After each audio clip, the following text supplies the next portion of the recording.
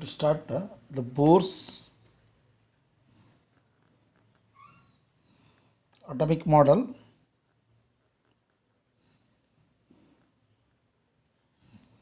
of hydrogen atom.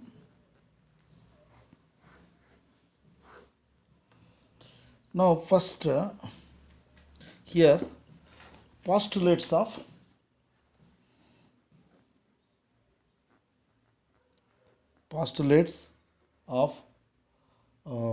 Bohr's theory. What are the postulates of Bohr's theory? The first is what? Stationary orbit. The title of the first postulate is stationary orbit.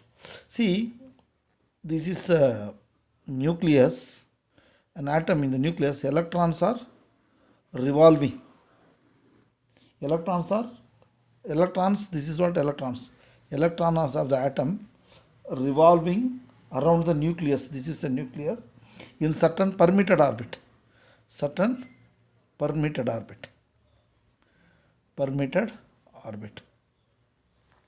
This permitted orbit also called stationary orbit. See, stationary orbit, as long as the electron in this permitted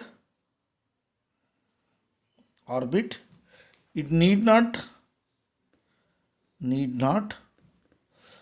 emit or absorb energy. Understood? Suppose it will be revolving in this one orbit, it need not radiate. It will be keep going. Right? Here also it keep going this orbit. These are called stationary orbit. Again I will tell you, this you have to write in a sentence. What is stationary orbit? First postulate is what? Title is stationary orbit. An electron of an atom revolves around the nucleus in certain permitted orbit or specific orbit. Right? Specific orbit. As long as it is revolving in that permitted orbit, it need not absorb or emit radiation energy.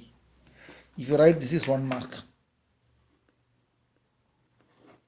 Stationary. Understood, right? As it did not absorb or emit the energy. This is called permitted. Second one, quantum condition.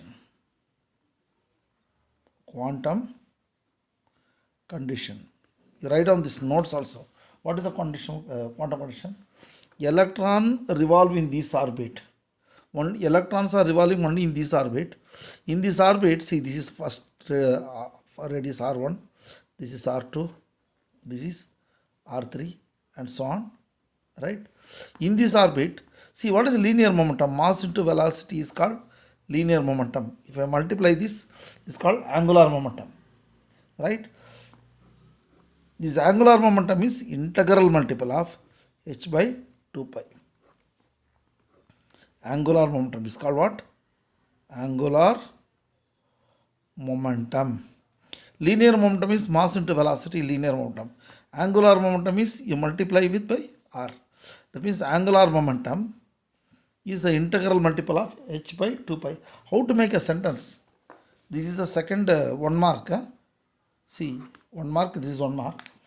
This electron revolves around the nucleus only in those orbits which, in those orbits, the angular momentum, integral multiple of h by 2 pi, where h is called Planck constant. Understood?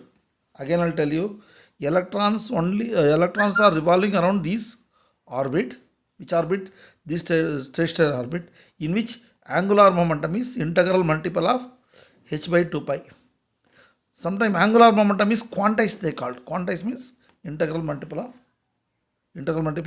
h by 2 pi. Again I will tell you, electron can revolve around the nucleus only in those orbit in which, if we calculate angular momentum, is equal to integral multiple of h by 2 pi, where n is equal to principal quantum number.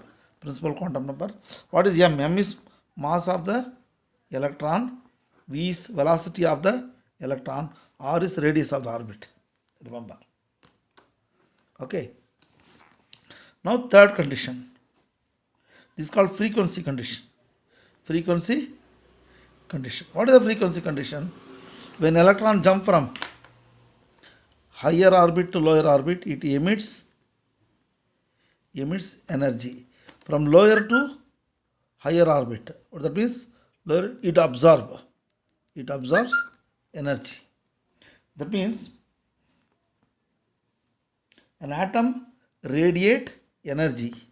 An atom radiate energy only when electron undergoes transition from one orbit to higher orbit to lower orbit. When an electron jump from higher orbit to lower orbit. Higher orbit is equal to E2, lower orbit is E1. When emit from higher orbit to lower orbit, it emit radiation. Right? It emits radiation of particular frequency or particular wavelength. The energy difference, E2 minus E1, final minus initial, right? Initial minus final, whatever. Energy difference, right? Here, initial, this is final. Therefore, final minus initial in the form of radiation, h nu you can call, right? H nu, where h is the Planck constant. Understood? An atom of an electron, see, an atom can radiate, this atom can radiate energy, it emit energy. What is it? It radiate energy or it radiate particular specific wavelength or frequency or energy when an electron jump from higher orbit to, or transition take place from higher orbit to lower orbit. Right? This is one mark. Again, I'll tell you postulates of Bohr's theory. First theory is what? Stationary orbit, and electrons are revolving around this specific or permitted orbit. These permitted orbit are called stationary orbit. As long as revolving in that permitted orbit, it need not absorb or emit energy. Okay. What is the quantum condition? Electrons are revolving only in those orbit in which angular momentum is integral multiple of h by 2 pi. What is linear momentum? Mass into velocity. R is angular momentum. Is integral multiple of h by 2 pi, where n is equal principal quantum number, where h is the Planck constant. When an electron jump from higher orbit to lower orbit, it emit radiation. This is called frequency condition. E final minus E initial is equal to h nu. If you write this is 3 marks. The last state postulate of Bohr's theory, 3 marks they will ask you. Right? Remember, this is called quantization rule. What is called quantization rule? What is quantization rule? M VR is equal to NH by 2 pi is called quantization rule. Quantization rule. What is a stationary orbit? What do you mean by stationary orbit? Means according to Bohr's theory model. That means the electrostatic here stationary orbit means the electron can revolve only in certain orbit without radiating. These non-radiating orbits are called stationary orbit. Right? Non-radiating orbits are called stationary. The question is what? Does electron revolving around the nucleus in the Bohr orbit radiate energy? Answer is no. Electron cannot radiate energy. That is. What is right quantization rule of Bohr? MVR is equal to NH. These all comes in CET. Right? These also CET they have asked. And what is the condition for stationary orbit? What is the condition for stationary orbit? Now you have to say here what is the nucleus? For the nucleus Z is number of proton, is charge of each proton. This is called nuclear charge. This is called nuclear charge. Nuclear charge of charge is ZE. Z is what? Atomic number. Right? Not mass number. Now electrons are revolving around it, right? Electrons are revolving around it. This is positive charge. This is negative charge. This is Z E. There is Z E is what? Z is number of proton around electron. M is the mass of the electron. R is the radius of the orbit, and V is the velocity. Now, what is the condition for stationary orbit? What is the condition? See, this negative positive will attract, right? The what type of force? Electrostatic force. But it is balanced by what? Centripetal, centrifugal force. Centripetal force is electrostatic force. Centrifugal force is, right? There is a balance between electrostatic force and centrifugal force, so that the electron revolves around the circular orbit. Okay, now how to derive the expression for radius? The expression for radius of the orbit. Radius of the orbit. This is, they may ask you for 3 marks. The expression for radius of the nth orbit. Or they may ask you for 5 marks also, who knows? Expression for, but here each and every steps are important for this entrance exam, because it contains lot of details. Expression for radius. See, consider a nucleus. This is a nucleus. Nucleus contain Z number of proton. Z is what? Atomic number. This is number of proton. E is what? Electronic charge. Electronic charge. Therefore, charge of nucleus is what? Charge of nucleus is equal to plus Zt.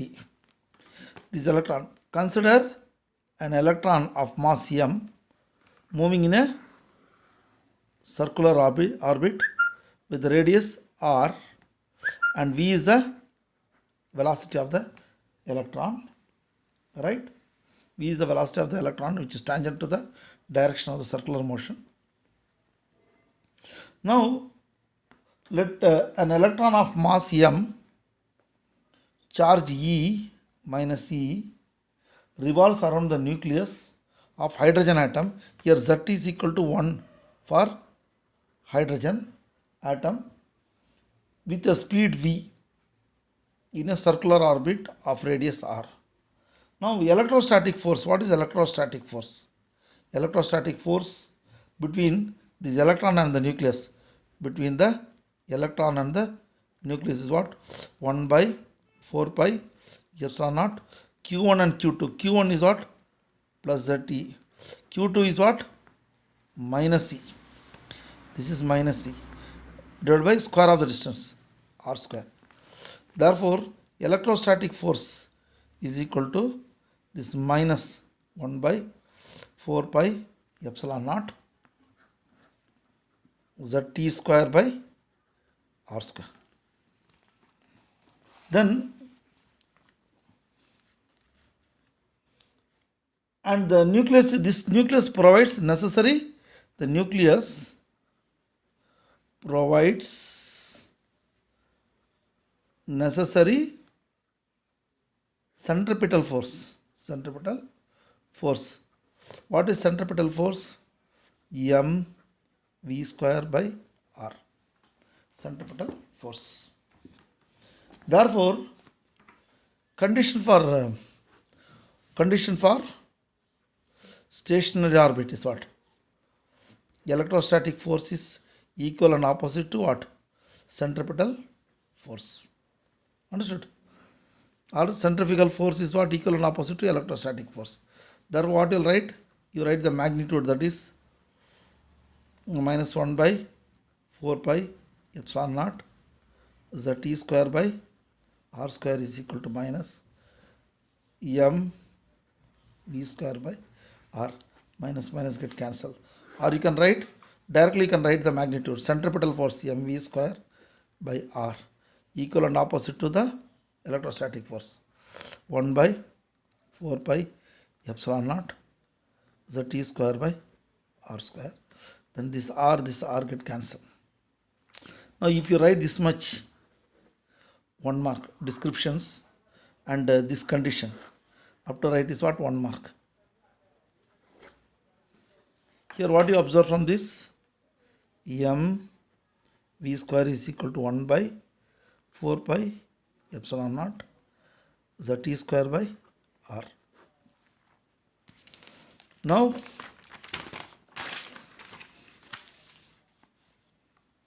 I will write this is 1. This is 1. Okay. Now what is quantum condition? Quantum condition, that is angular momentum. According to second law, Bohr's angular momentum is equal to integral multiple of h by 2 pi, isn't it? What is angular momentum? mv r is equal to n h by 2 pi. Therefore, you take v. What is v? v is equal to n h by 2 pi. This m comes down, r also comes down, right? This v, you bring this down. Then what you will write? See, each and every expressions are important. Here what you did? mv square you have done, right? What is v square? v square is equal to n square h square 4 pi square m square r square. Now this you substitute here. This I substitute in, this is 2, no? Substitute in 1. What will happen? See, m, v square is what? n square h square 4 pi square m square r square is equal to 1 by 4 pi epsilon naught z square by r. Now what you have to do? Here m cancels, here r cancels, 4 cancel, 1 pi get cancelled. Therefore what I do is, here n square h square 1 pi is there, pi 1 m is there.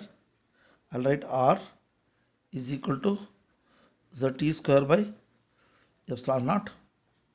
I reverse this because I want r. Therefore pi m r divided by n square h square is equal to epsilon naught z square. Now you want r. Therefore r is equal to epsilon h square n square, here what? Pi m z square. Now rearrange it properly. Radius is equal to epsilon square h square by pi m e square divided by what? n square z. Now for hydrogen atom z equal to 1, what will get? Radius is equal to epsilon naught h square pi m e square by n square. See, this is very, very important. This also for entrance exams they will ask this. This derivation, this is okay, but this is more important for entrance exams. I'll tell you why this is called. This value is called r naught. This value is called r naught n square. This r naught is equal to 1 Bohr's radius, right? 1 Bohr radius. Here this is constant value, therefore r is equal to r naught n square, or r is, this is nth orbit, radius of nth orbit. Radius of nth orbit is directly proportional to square of n. In other words, radius of nth orbit is equal to r naught n square, so that r naught is equal to 0.5, right? Half Armstrong. What do you call Armstrong means 10 to the power of minus 10, half. Therefore, this is the radius. When n equal to 1, this is n, this is the radius of the r naught. Radius of the first orbit is called Bohr's radius. This is also called what? Bohr's radius. And what do you observe from this? R1 is to R2 is to R3 is equal to directly proportional, is it not? Rn is directly proportional to n square. That is equal to 1 square is 1, 2 square is 4, 3 square is what? 9, and so on. Therefore, if this is the nucleus, if this is 1, this will be 4, this will be 9. Therefore, energy levels are not equally spaced. They are not spaced. Right? Therefore, 1 is to 4 is to 9. Therefore, you have to be very, very careful how they allot the marks. Condition for stationary orbit. Centripetal force is called electrostatic force. 1 by 4 pi epsilon Q1 Q2 by R square you have done. Then what? Centripetal force is what? mv square by R. When you equate both, you will get mv square by R is equal to this one. This much you get it. See, up to this is common. For if you want to calculate for energy also same thing.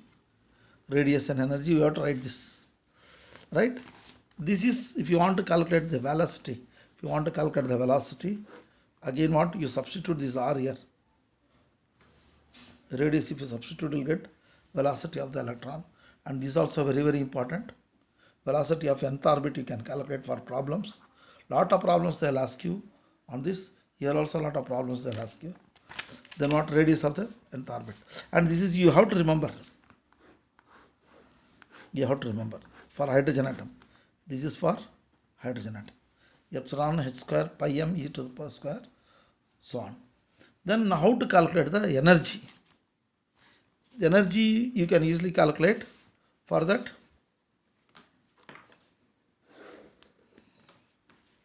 here you see, you have to write the same thing up to this. Exactly same. How to calculate the energy of nth orbit. Nth orbit. So what is the energy? Total energy is what? Kinetic energy plus potential energy. Now in electrostatic you have studied Q1 and Q2 are, what is the potential energy? What is energy? Potential energy is equal to U we have done. That is equal to 1 by 4 pi epsilon naught Q1 Q2 by R, isn't it? This is the potential energy. And kinetic energy you can calculate from here.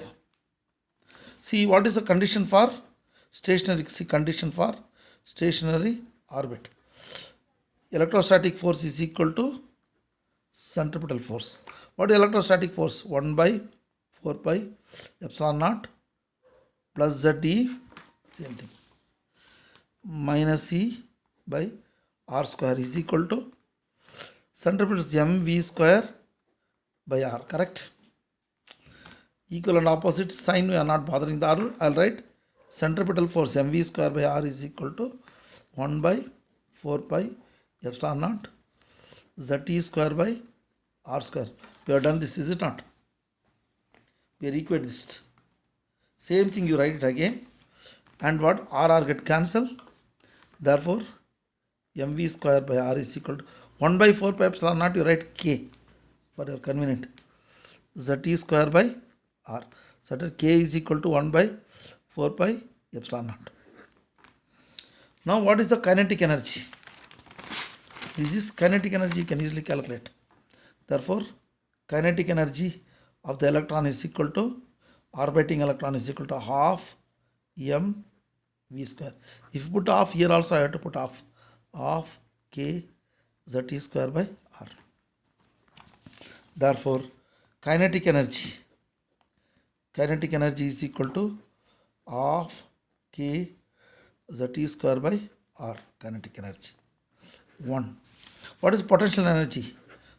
Plus Zt minus E, this is R. Then what? Potential energy of the system, nuclear system, is what? EP is equal to 1 by 4 pi epsilon naught Q1 and Q2, that is Zt and minus E by R. That means E potential energy is equal to, you will get minus 1 by 4 pi epsilon naught is K. This is Zt square by R. This is true. This is potential energy, this is kinetic energy. What is total energy? Total energy is equal to kinetic energy plus potential energy. Kinetic energy is what? Half K Zt square by R. Potential energy is minus K Zt square by R, which is common factor here. Therefore, K Zt square by R is the common factor. Half minus 1. Half minus 1 is what? Minus half. Remember, half minus 1 is what? Minus half. Therefore, what? Minus K by 2, or else you can write minus half comes out K Zt square by R. That is equal to, total energy is equal to minus 1 by 2. K is what? 1 by 4 pi epsilon naught Zt square by R. But what is radius of the nth orbit? You have done. Radius of the, you have to remember, I said.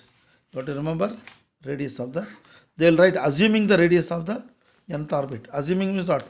Radius of the nth orbit is what? Epsilon square h square pi m e square n square. Right? Therefore, this I am substituting here. Therefore, what will get? This is 8 minus 1 by, how much you get it?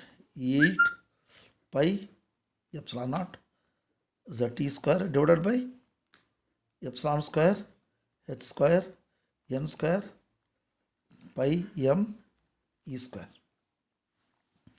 Pi get cancelled. Then this goes up. Epsilon naught square. Therefore,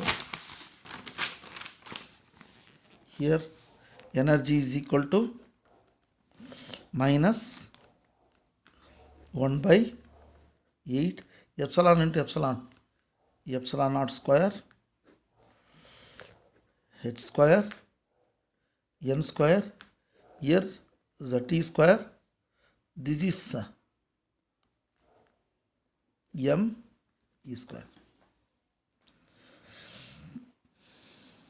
Right? Therefore, radius of this, I should have substituted n square by z. Here what I did, n square by z I should have substituted, because n square by z, here this z is coming here, therefore z square, because I have to substitute this, because I am using z. I will tell you why. This is energy of the, energy is equal to minus e to the power of 4, right? E to the power of 4 m. Then what? Z square, right?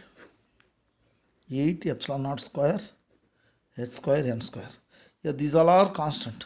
The energy of the, energy is equal to minus m e to the power of 4 8 epsilon naught square h square z square by n square. See, this is for hydrogen like atom. This is very, very helpful for this. This is what? For hydrogen atom, Z is equal to what? Plus 1. Therefore, energy of the electron in nth orbit for hydrogen is equal to minus m e to the power of 4 8 epsilon naught square h square by 1 by n square. This is minus 13.6 electron volt, this value, by n square. Energy of the nth orbit for hydrogen atom. But for all these things, this value you have to remember. For entrance, this also you have to remember for entrance. This you have to remember. What is the negative sign indicates? The negative sign indicate electron is bounded. Bounded means attracted. It cannot come out. Therefore, bounded to the nucleus. Energy is what? Negative. Therefore, you know the energy of the electron is inversely proportional to n square. But negative means what? What is the negative? The statement is negative. As n increases, energy also increases. Higher orbit have more energy because the statement is negative. Though it is inversely proportional, the statement is negative now. Okay. Negative represent attraction. The electrons are bounded or attracted toward the nucleus. See, if you know these two derivations, then it will be easy. For the examination, they'll ask 5 marks, 5 marks. They may ask you for velocity also. You have to practice 2-3 times.